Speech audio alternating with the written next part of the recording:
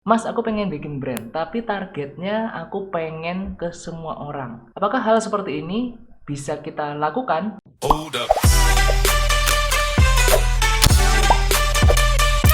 Yeah. Hello people, balik lagi sama aku Ganjar kayak Paper Clouds.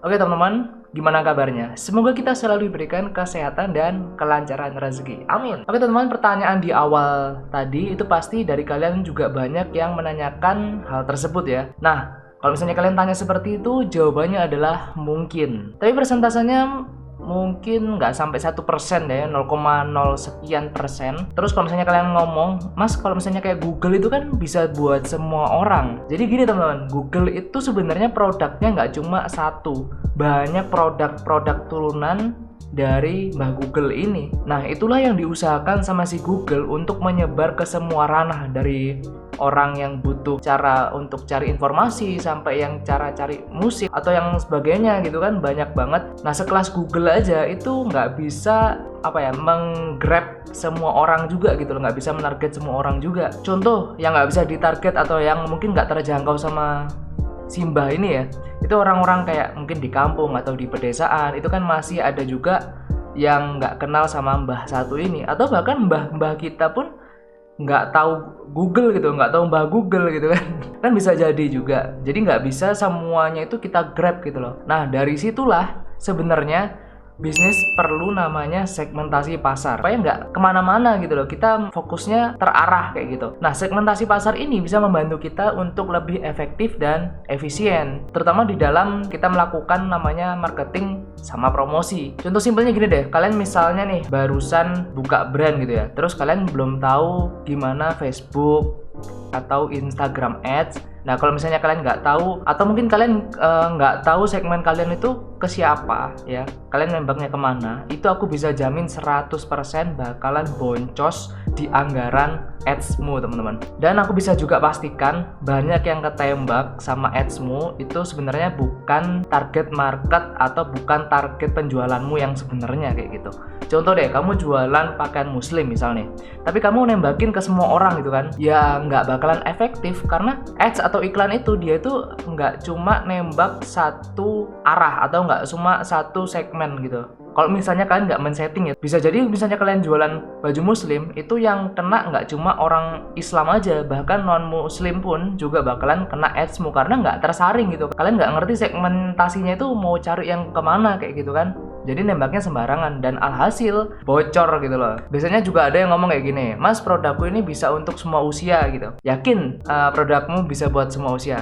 Buat bayi baru brojol gitu, bayi baru lahir gitu kan, bisa pakai produkmu? Atau mungkin mbah-mbah atau kakek-kakek ada gitu yang mau beli produkmu atau yang pakai produkmu? Kan kayak gitu. Terus ada yang bilang juga gini, Mas, produkku bisa untuk cewek dan cowok. Yakin bisa gitu kan? Seberapa yakin pembagian presentasi cowok sama cewek yang pakai brand kalian atau yang pakai produk kalian gitu kan? Nggak mungkin juga misalnya kayak kalian jualan hijab bisa dipakai buat cowok gitu kan nggak mungkin kayak gitu loh. Atau ternyata kita selama ini tuh cuma menerka-nerka siapa sih segmentasi pasar kita yang sebenarnya, atau mungkin kita nggak ngerti gitu segmentasinya kita itu mau ke siapa, mau nembak kemana, dan itu kita cuma kayak sekedar jalan kayak gitu loh. Nah, sekarang aku pengen coba kasih ke kalian tips atau clue deh, gimana caranya menentukan segmentasi pasar dengan cara yang simple ya. Ini coba aku kemas dengan segampang mungkin, seminimalis mungkin, supaya kalian bisa langsung mengimplementasikan ke bisnis kalian kayak gitu. Oke, yang pertama, segmentasi dari lokasi atau geografis. Nah, kalian sendiri nembaknya kemana nih? Mau yang menjangkau cuma satu kota, atau yang beberapa kota dalam provinsi, atau satu kota di dalam satu negara gitu. Pasti dari kalian banyak yang ngomong gini, Mas, aku pengen menjangkau seluruh Indonesia. Bentar, sabar dulu. Ini aku lanjutin ke poin clue nomor 2 supaya kalian bisa lebih ada gambaran lain. Jadi sabar dulu. Oke, poin nomor 2, segmentasi berdasarkan demografis. Nah, demografis ini isinya apa, Mas? Isinya bisa jenis kelamin, usia, status, pendidikan, kerjaan, agama, bahkan sosial budaya juga bisa kalian masukin kayak gitu. Ini perlu kita kelompokkan benar-benar ya teman-teman, dan kalian sendiri yang bisa ngisi atau kalian sendiri yang bisa tahu kalian itu pengen bisnisnya dibawa kemana kayak gitu. Nah, beda demografis, beda juga pendekatannya. Contoh ya, nggak mungkin pendekatan promosi ke segmen cewek ya, jenis kelamin cewek itu sama dengan pendekatan ke segmentasi cowok, dan itu berbeda ya teman-teman. Jadi nggak bisa sama pendekatannya. Nah, pendekatan status sosial itu juga nggak mungkin sama cara orang promosi ke orang yang penghasilannya mungkin 1 bulan dapat 1 M sama orang yang 1 bulan cuma dapat UMR. Itu pasti cara pengemasan promosinya itu pasti berbeda banget. Nah, maka dari itu, poin nomor 2 ini menentukan gimana cara main kalian di dalam berbisnis. Kayak gitu teman-teman.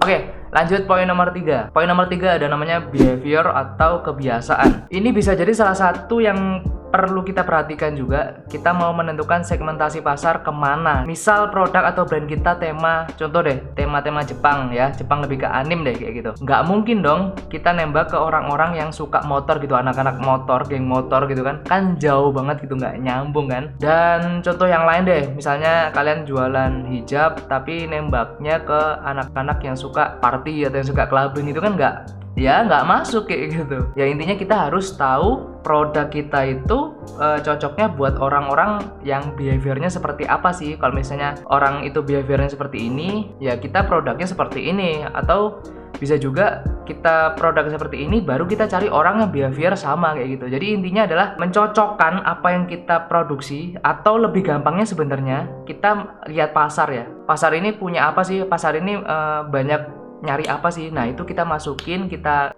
penuhi permintaan pasar, itu lebih gampang dan lebih enak buat kita jualan gitu loh. Nah, itu tadi 3 tips yang simple, tapi kalau misalnya dikerjakan atau kita cari itu ya mungkin bakalan pusing sih.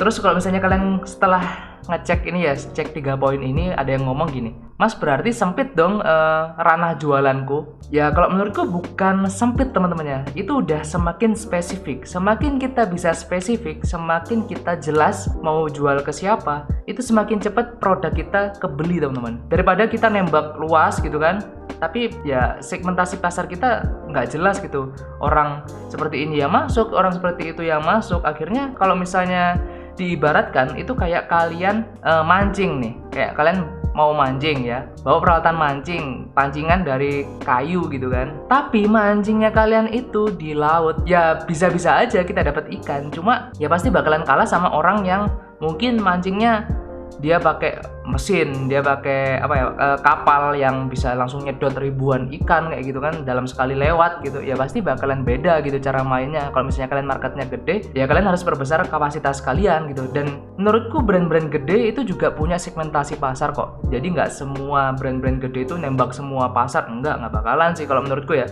Itu pasti kalau misalnya brand-brand gede, dia udah punya segmentasi pasar dan dia pinter gitu ngemasnya. Alhasil orang-orang yang di luar emang dia target itu juga sedikit banyak kayak bisa dibilang kayak trigger gitu loh untuk beli produk tersebut atau beli brand tersebut. Padahal ya segmentasi pasarnya cuma itu aja, cuma yang di luar itu mau masuk pun juga nggak masalah kayak gitu. Nah, coba dari 3 clue ini kalian bisa komen di bawah. Aku pengen tahu, atau kalian mungkin ada kesulitan di bagian apanya dari geografis, demografis, sama behavior. Coba kalian tulis di bawah. Siapa tahu aku bisa ngasih masukan, atau teman-teman yang lain juga bisa komen di postingan kalian.